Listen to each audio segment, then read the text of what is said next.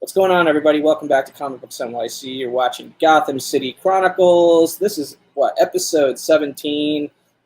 Joining me is my co-host, JP Budget Collecting. What's going on, bro? And our guest, ComicsMixexplained, Jason. What's going on, man? What up, man? Thanks for having me, dude. Dude, thanks for being on. You are the ultimate champion of this particular Batman story in the community, at least from what we've heard. So we were excited to bring you on for this one.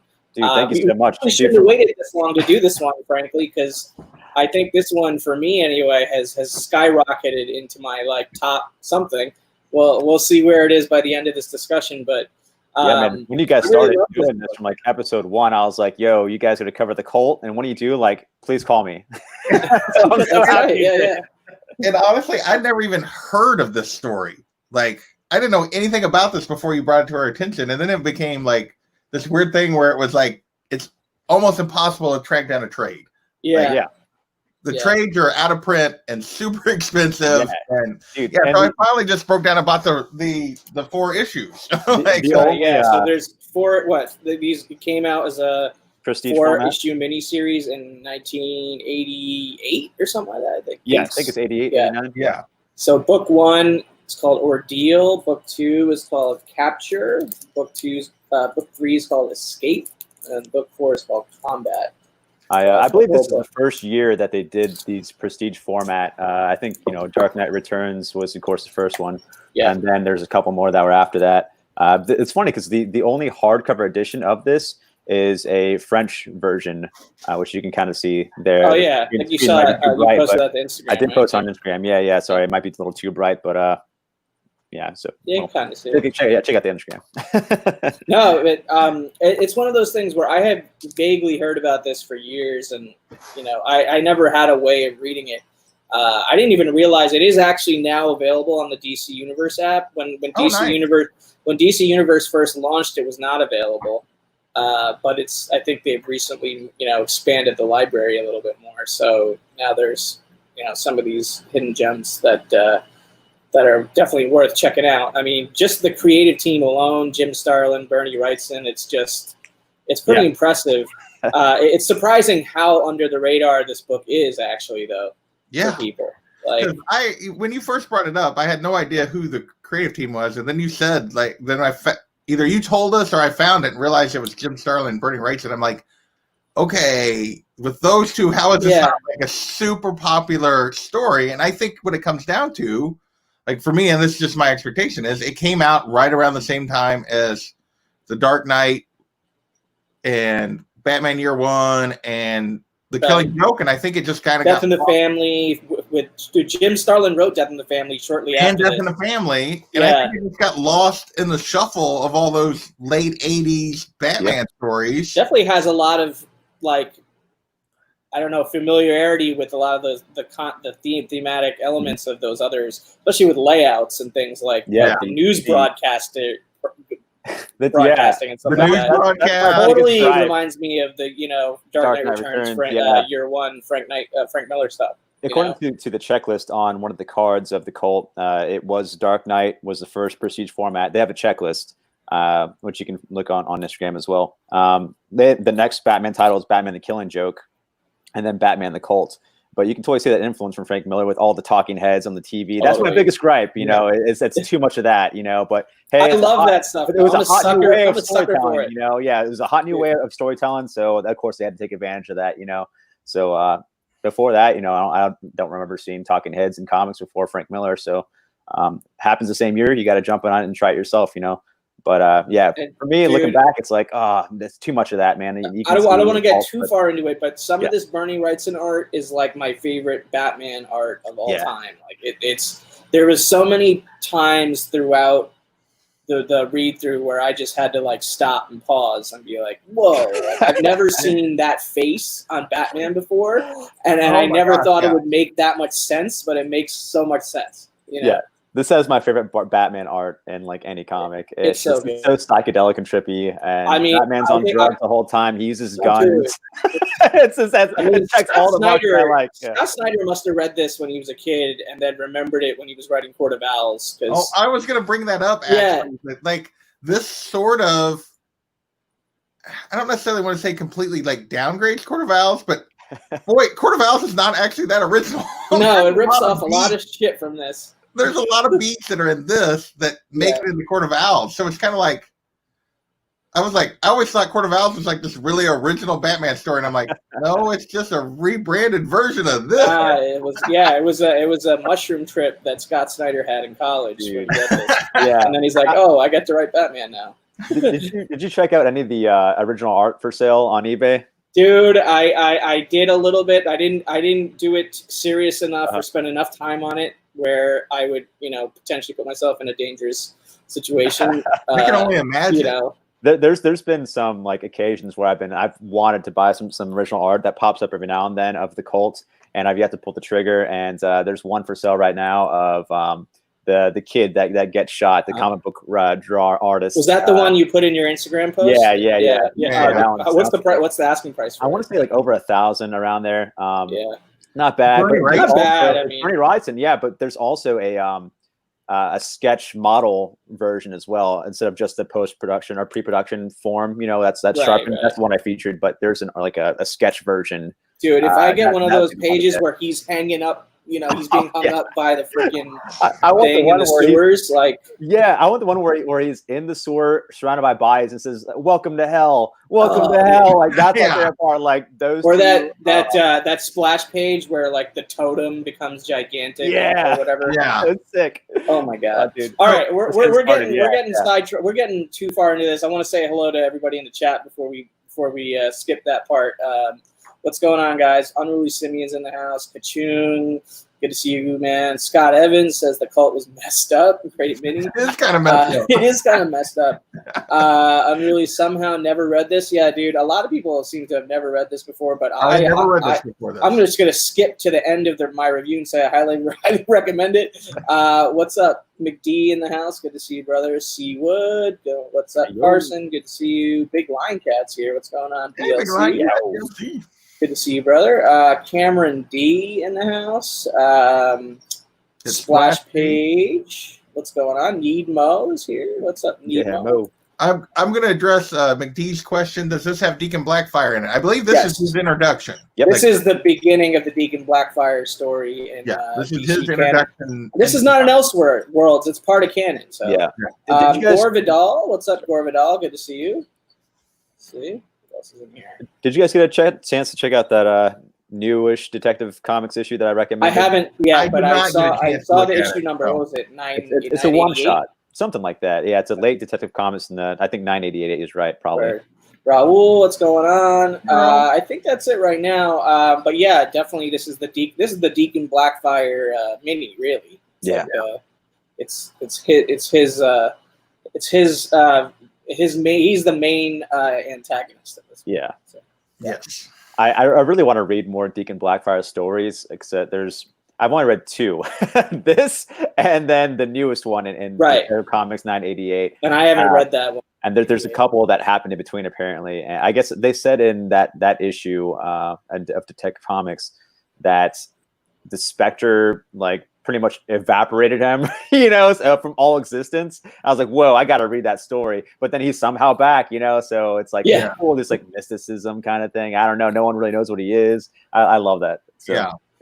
I think I actually have read that 988 because I think I do have it, but it was right after. I probably have it in one of my short boxes, but I did not get a chance to dig for it and look for it. Yeah, I'm pretty sure it was the issue right after Tinian's run was over, I think, and then it was a one shot, and then someone else took over. A little bit. So it was right before Tomasi took over. I think it was before Tomasi. I want to say it was before Brian. What's his name? I forget. The dude that did Batman the Outlaws. He took over for a little bit. Yeah. There was Then I definitely have that book. I just didn't get a chance to dig through it and find it again. So hey, Splash, what's up, dude? What's up, Splash Page? So we already kind of were all over the place there in the first 10 minutes. Sorry. But I got excited. Well, where do you guys want to start? We could just start with the art because that's just the obvious. You got to start with Berni Wrightson. Berni Wrightson. Berni Wrightson doing Batman is just a sentence that makes me happy as a comic book fan. You know what I mean? The first page is like the spooky house on the hill, you know, like Peter Wrightson. Sorry.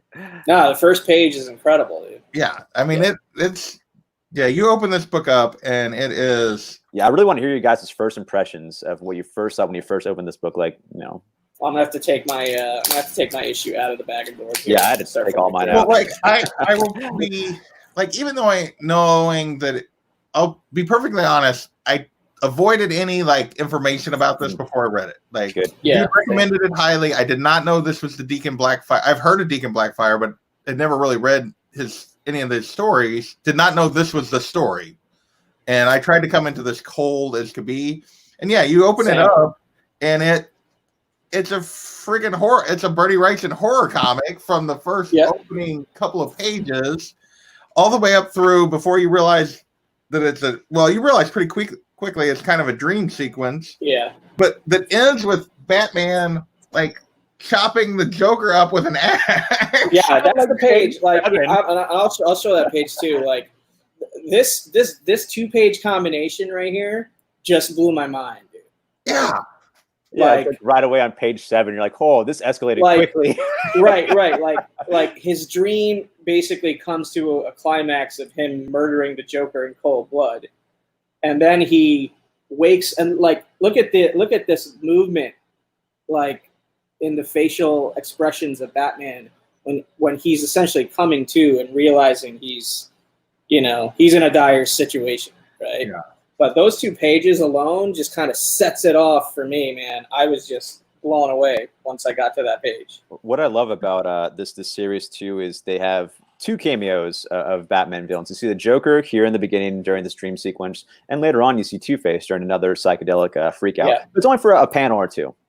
For me, my biggest problem for Hush was it was like a fanboy introduction through the Batman universe, which is great for like, new persons starting to pick up books like, oh wow, this is great. This is all everything I want to know and see.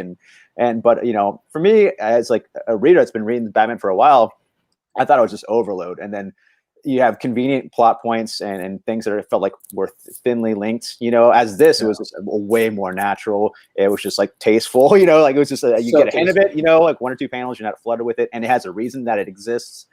So, I mean, that's just my difference between those 2, but yeah. I mean, it's really dark stuff, but I mean, most of the setting of the first issue is underground, Well, I mean, the whole first issue is really him being captured by these cultists, and them trying to brainwash him and make him a member of their cult. And like the facial expressions that he makes during this issue are things you've never seen on Batman before. And like, I'm gonna show.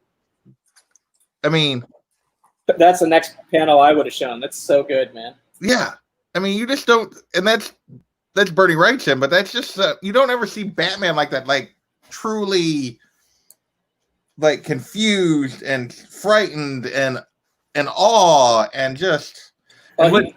First appearance of JoJo, the anime. Sorry. Yeah. And then the panel I was going to show next is obviously the one we talked about beforehand. Oh yeah, this one. Yeah, that one. Go ahead, you got it. Oh yeah. Yeah. The totem. Dude, I want that panel. Yes. I want that page. What I really appreciated about this comic as well was you get a lot of different panel layouts and experimentation. Like for instance, this one that falls apart, and it's of course metaphorical Batman falling to pieces. Yeah. But you get a lot of weird stuff like that. Not your normal 4, 6 grid, 9 grid. There's a lot of different overlapping of some that I want to bring up in a future issue in particular.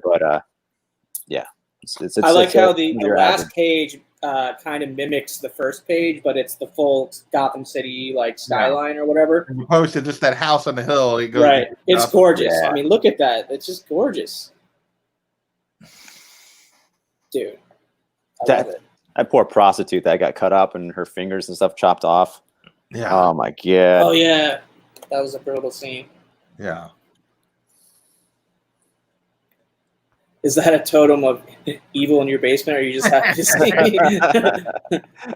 Dude, Scott, you got to read this, man. Like it's just to appreciate this Berni Wrightson artwork alone is one thing, but like Starlin really kind of delivers with the story for me, or the script. I think it's like it's a little bit abstract at times, but it's not. Yeah. It's never hard to follow. You know what I mean? Right. It's laid out well. It's told well. There's brilliant Here's dialogue. That original art that's up for sale. This page. That page. Yeah, the artist kid that gets slaughtered. Yeah. Like he's John. It looks like Adam Strange. Yeah. Wonder how much a freaking nice Batman page goes for, though. Maybe a Savage Dragon a little bit. I don't know. Berni Wrightson Batman has got it. Yeah, with the story, I'm always interested in cults in general, and just the technique of like how they brainwash people and stuff, and it really goes into depth of how that works and how you kind of exclude a person. And some cults, they starve people and put them on drugs. Like I mean, well, that's what they did. They do to Batman in this. They starve him and drug him. They break him. They break him, really. Yeah. Well, the second issue opens with a sequence, which is the cameo of Two-Face that Jason talked about, of Batman like gunning down, thinking he's in a dream, and gunning down Two-Face. And then the next here, let's show that. So he's like gunning down Two-Face, or that's what he's seeing. And then he sort of comes out of it a little bit on the next panel, next page, and you realize he's been part of this cult. And look, you see all these dead people. He totally shot that mob, dude. Then he has another like epic look on his face over there. Yeah. Like, it's just this comic has so many firsts. Like that one, he killed someone with a gun.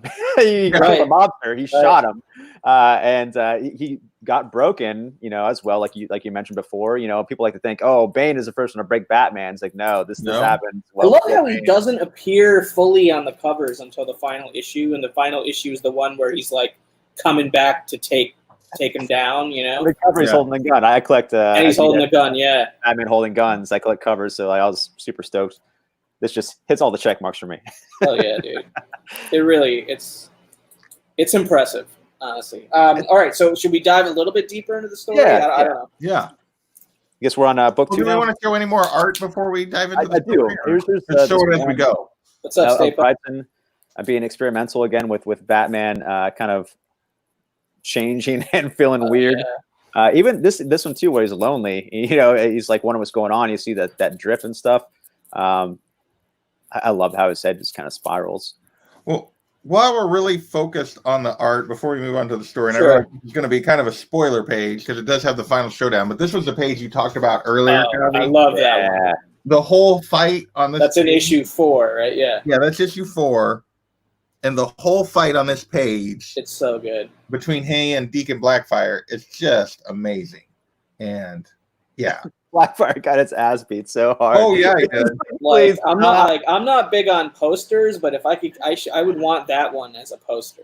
You know what I mean? Like, do you like? I love the caveman scene where he's starving and he like he just goes full caveman and breaks a window.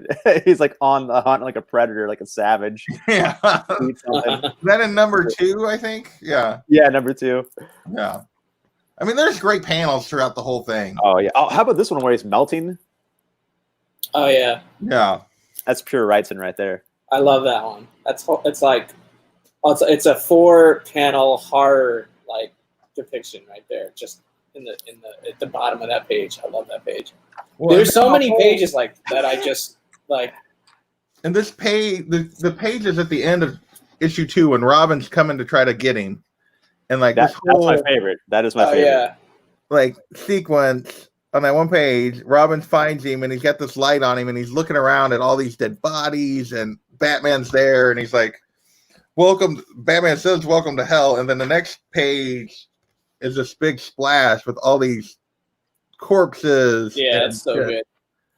I mean, it's just amazing.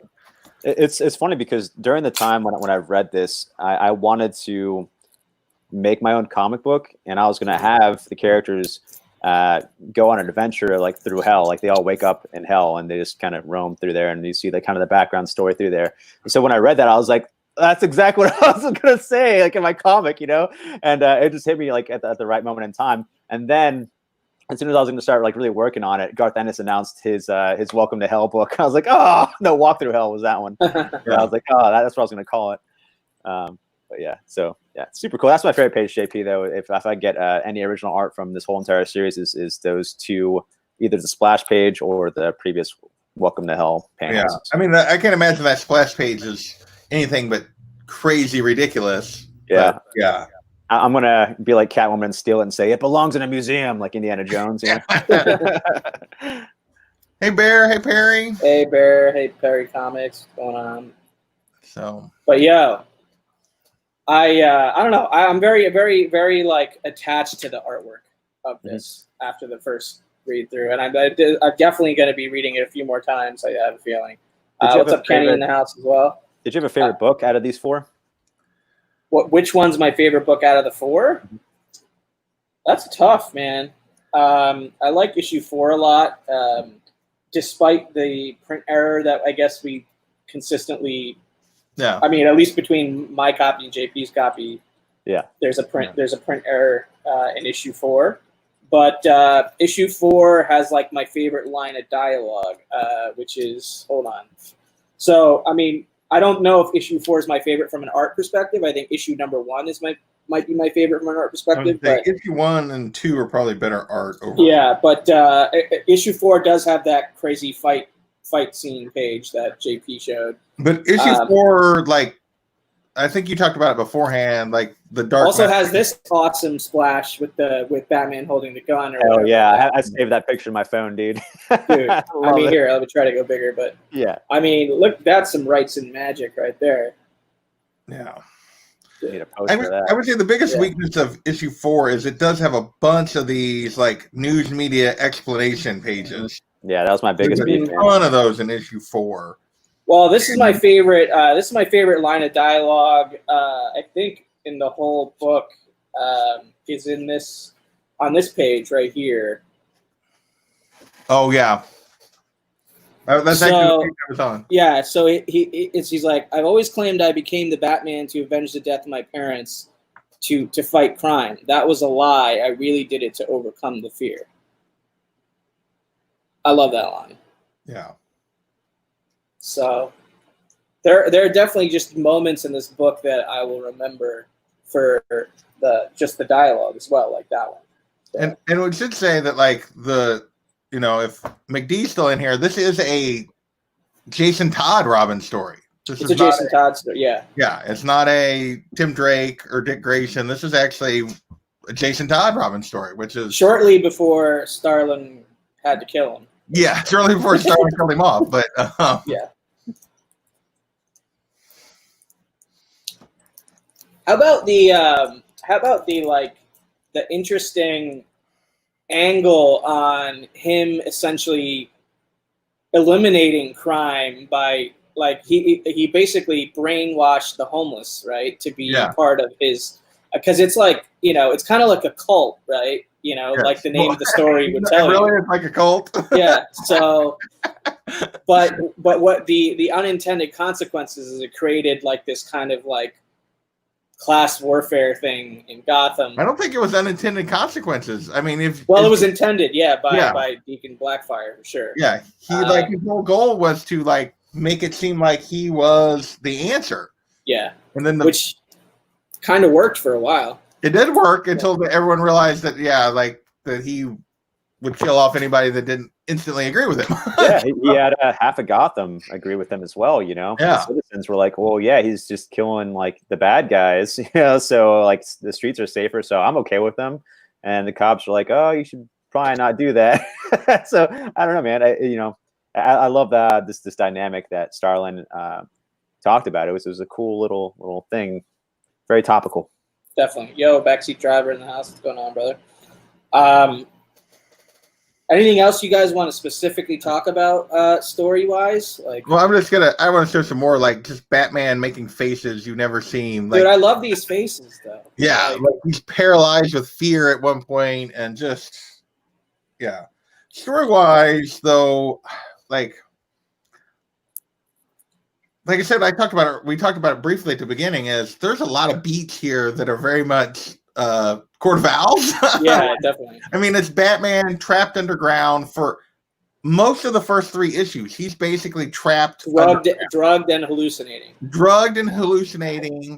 And they're trying to like brainwash him. They're trying to like bring him under their control. They successfully do it. Successfully do it for a time, and like it's very.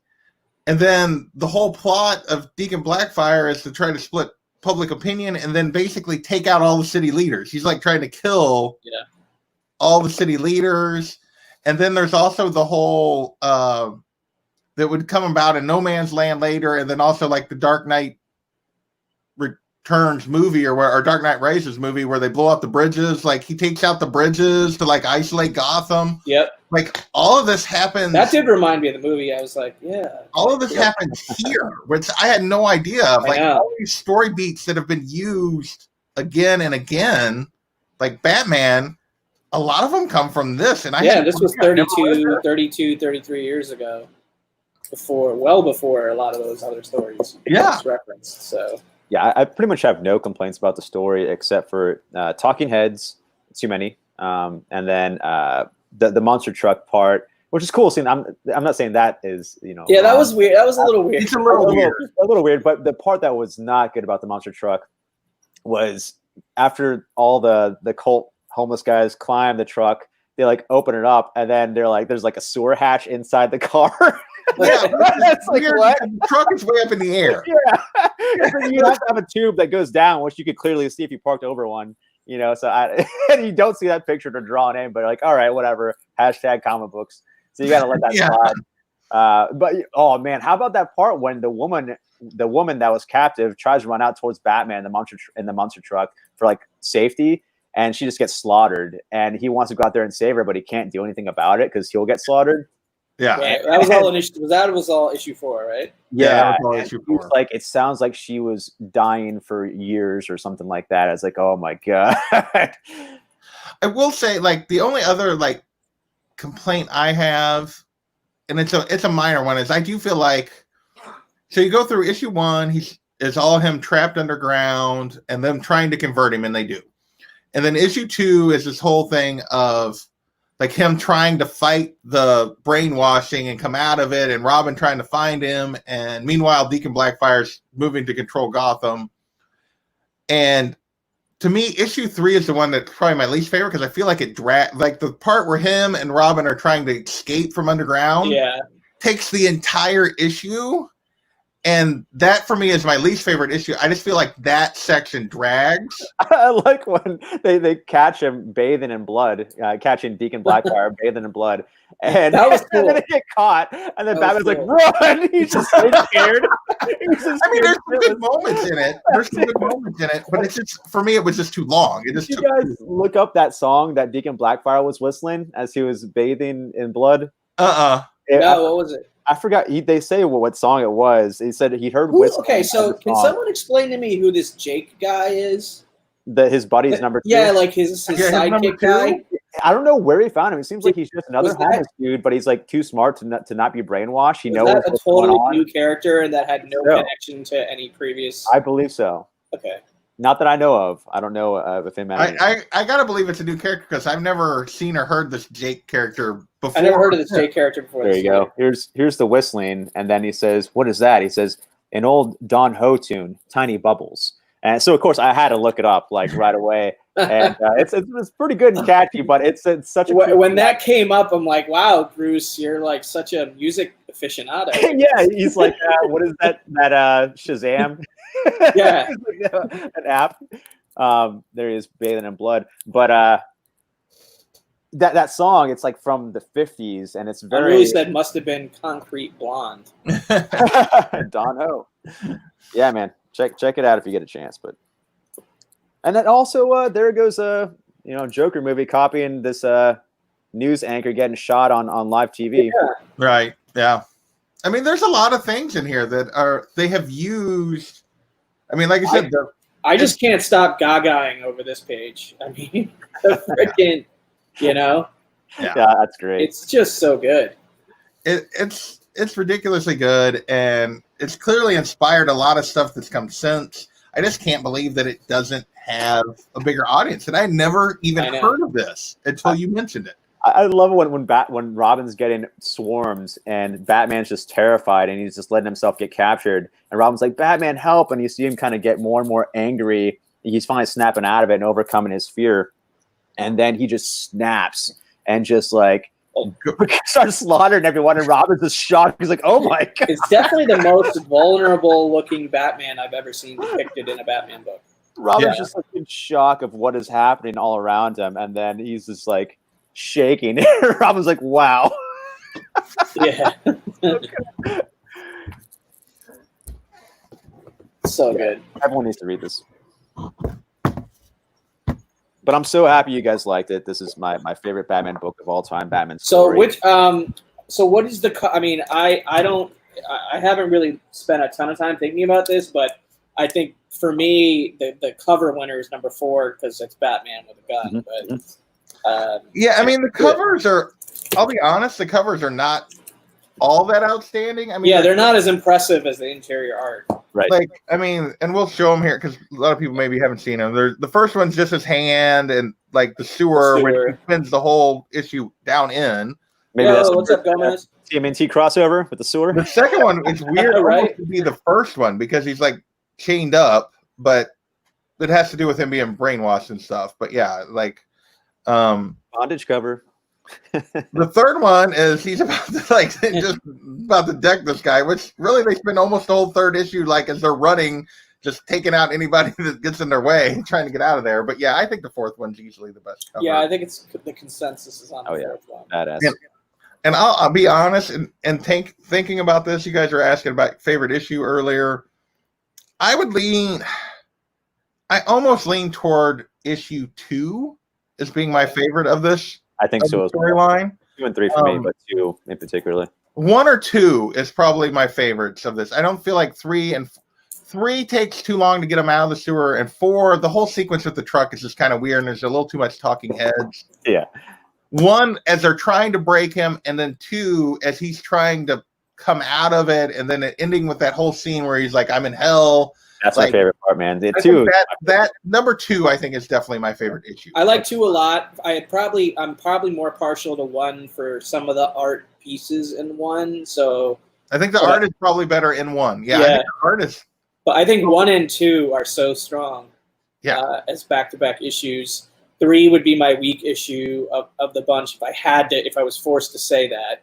I don't think it's weak necessarily, but it's the weakest. Oh, it's not. It's good. It's just we had that cool scene though with. And then 4, I think 4 is just it's just badass. It's like it's the most action.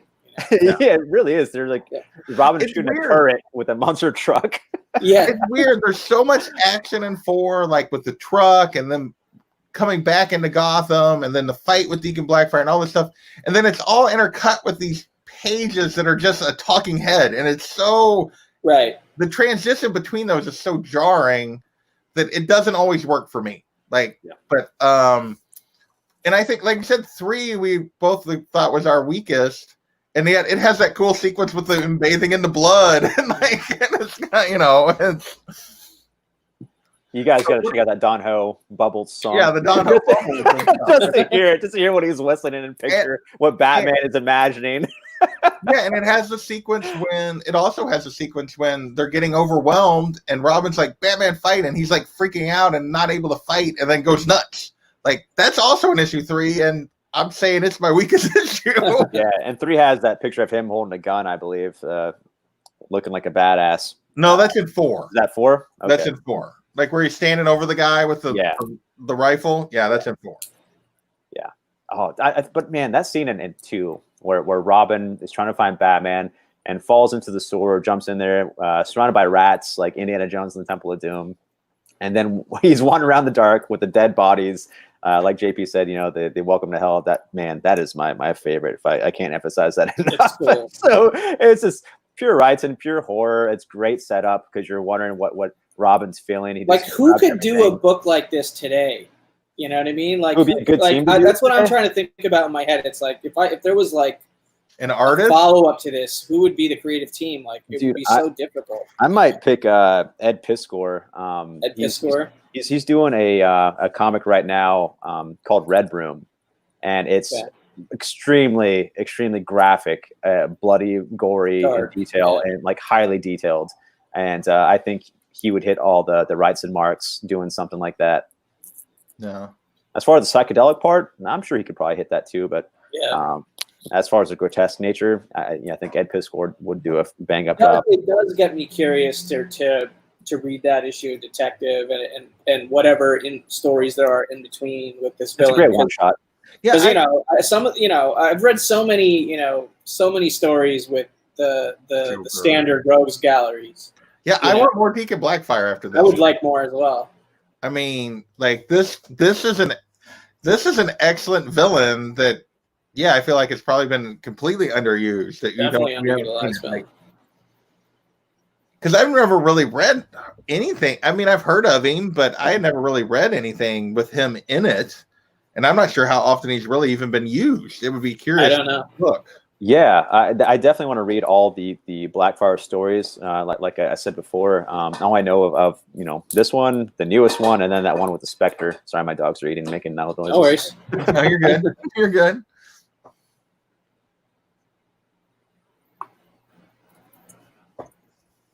Yeah, dude. I mean, I would love to.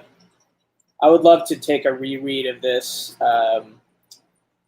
pretty soon. I think. I mean, I almost wanted to read it twice before doing the show, but I didn't get a chance. But this is going to be one of the books I reread the soonest. I think. This is probably my third read through ever. Third read through. Mm-hmm. Nice. Yeah. So it was nice revisiting this again. I don't think I've probably read it last year. But then this is the only time Berni Wrightson ever worked on Batman. There's no others, right? He didn't do any other thing. I didn't do any research. Yeah, I'm not sure. Obviously, Jim Starlin worked on Batman other times, but I don't think so. But I'm not 100% on that one. So yeah, I'm not aware of any others. But I feel like he should have or could have many times. I'm trying to think of just those early Batmans in early detective stuff. I don't know. We'll have to do some research. I should have thought of that beforehand. Yeah, good luck tracking down the trade Unruly because it does. From what I gather, it's a ghost. You can find it on eBay for I think like $40, $50. That's cheap. When I looked before, it was like 80 or 90. Yeah. I heard that the trade, the paper quality for the trade is garbage. Probably. It has a different cover as well. But the single issue paper quality is very nice. It's like I got all 4 single issues for like $12 plus shipping or something. Yeah, so single issues, right? You're probably better off going after the single issues. And these are high quality. Yeah, I like how they're embossed. They feel good. They are embossed, right? Yeah. I don't think he did when Wrightson was still doing it. For that question, I don't think so. But I don't know. This book is. I'm so glad you recommended it to us because like I said, I never heard of it. And I mean, as soon as you see Jim Starlin and Berni Wrightson, it's like, okay, these are 2 legends. These are, the odds that this is going to be bad are pretty slim. Right. I'm trying to. I should have done some more research too of thinking of what else they were writing and drawing at the time.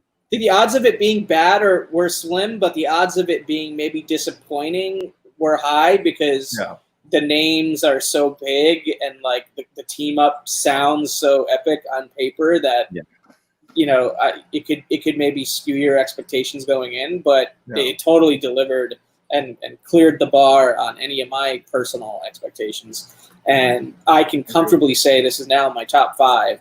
I haven't quite decided where, but because I got to read it more than one time to really like finalize that decision. But I want to read Long Halloween again and see while this is fresh in my mind, so I can kind of compare those two. I just remember that being up there for me as well.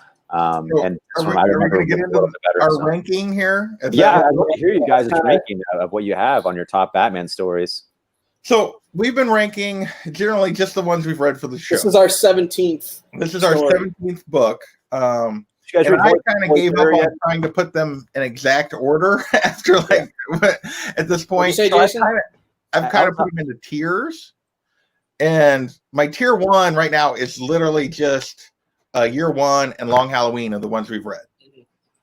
My tier 2 is like White Knight, Court of Owls, Curse of the White Knight, and Hush. This is going probably at the top of tier 2, if not at the bottom of tier 1. Yeah, Like, I would agree. that's kind of where I have it right now, because I think it definitely, because so many story points from Court of Owls is flat out stolen from this. Yeah. In a lot of ways. Court of Owls just got bumped out of my top. Yeah, it bumped Court of Owls down my list because it's not as original as I thought it was. This goes ahead of Court of Owls pretty easily for me. I just don't know if it's quite, having read it only once, I don't know that I would put it in the tier of Long Halloween and Year One, but I think it definitely probably goes at the top of what so far is my tier 2 of these 17 titles. I'm with you. Generally speaking, I have it in the same vicinity, I would say, on my list. Maybe even slightly higher, because for me, artwork is like because I'm so into the artwork side of it that like I like the artwork more than I like Jim Lee's artwork in Hush. I like the artwork more than I like Greg Capullo's artwork in Court of Owls, and more than the writing too. Frankly, just to what JP just said, it wasn't as original as I thought it was after reading this. I don't, I probably wouldn't put it ahead of Mazzucchelli, because I just have this special place in my heart for Maz and Frank Miller, and just Year One in general as a story. That's always probably going to be my number 1 Batman book. We have never covered The Dark Knight Returns on here, so I won't even say anything about it. But that is on my list if we were to ever cover it. But I did feel like I have this right after, or what is that? Possibly. Oh, what is that? This is the absolute edition of Year One that I've nice. been waiting for an excuse to break out. So I'm really excited to read this, just because. Nice. It was cool in plastic.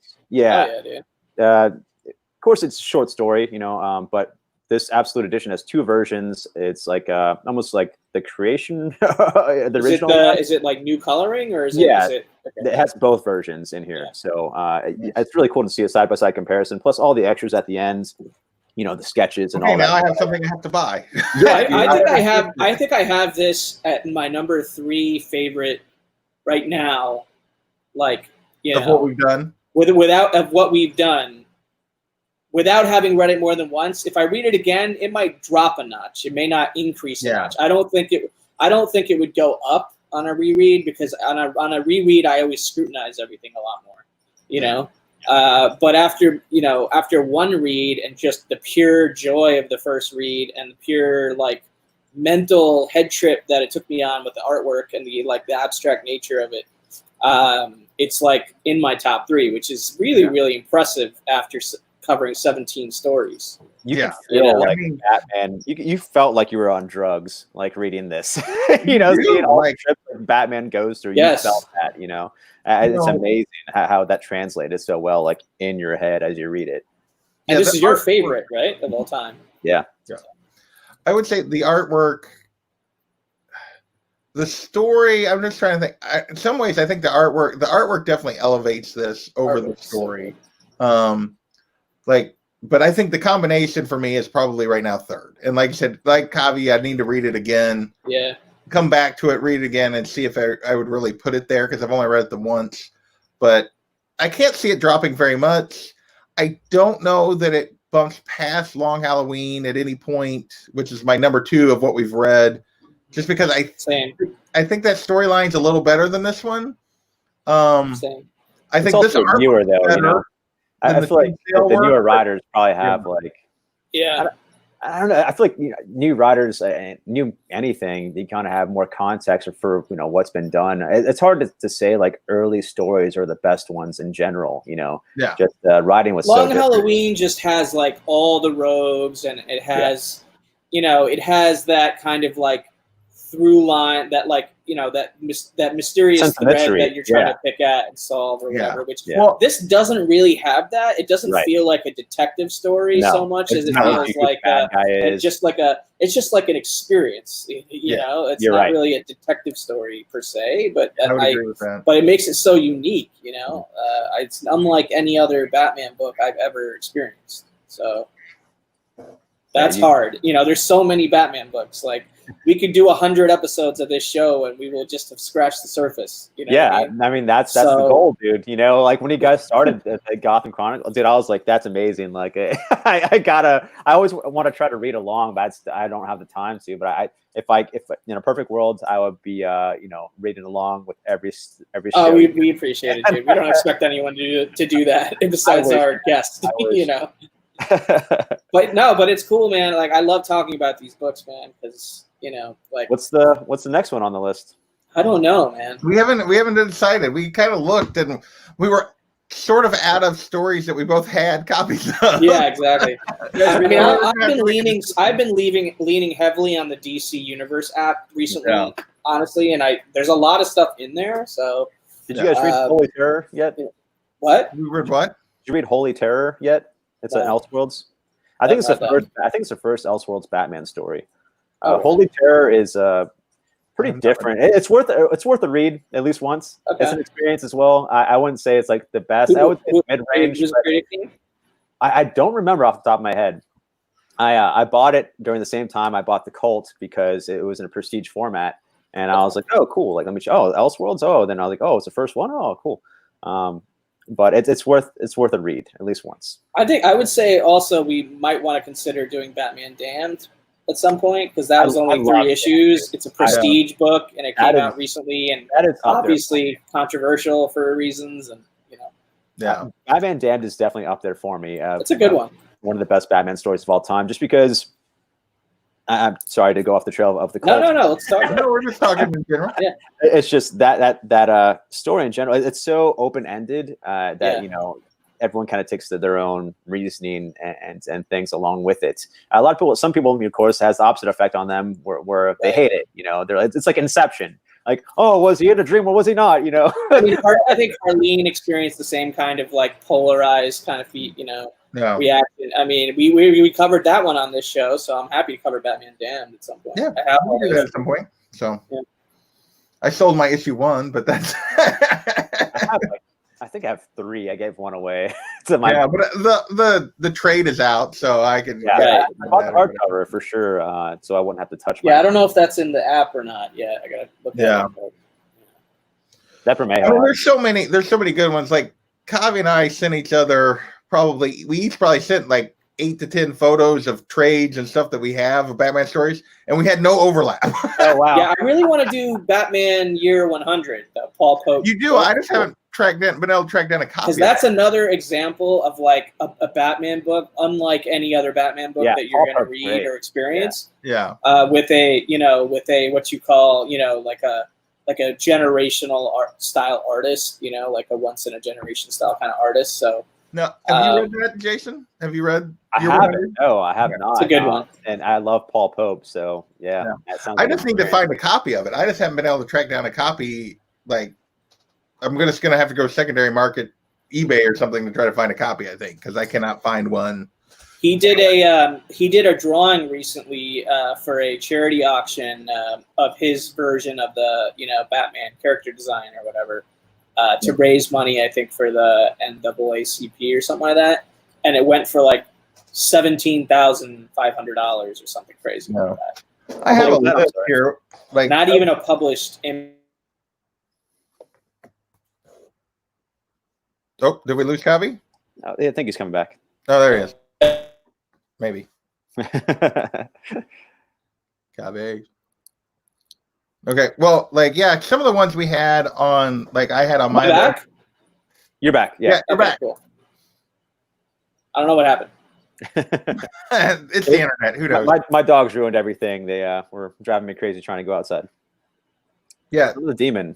Son of the Demon was on my list as a potential. Arkham Asylum is on my list. Yeah, dude, I've yet to read Arkham Asylum. I always wanted to because it's just a trip, Yeah, I mean, some of the ones I actually have, like, obviously we've been holding off. We both have Dark Knight Returns. We've been holding off on that one to like for as long as we I can. have the 2 sequels to it also, which I've never read, which aren't very well received. So. And then we've also talked about venturing to like stories that are maybe not completely centered on Batman, because we talked about doing like the start of that Batman Superman run with Ed McGuinness and Michael Turner doing the art, and like we talked about doing something like that. So there's a lot of possibilities for sure. It's always hard to figure out which one we want to do, because there's more possibilities than decisions. Like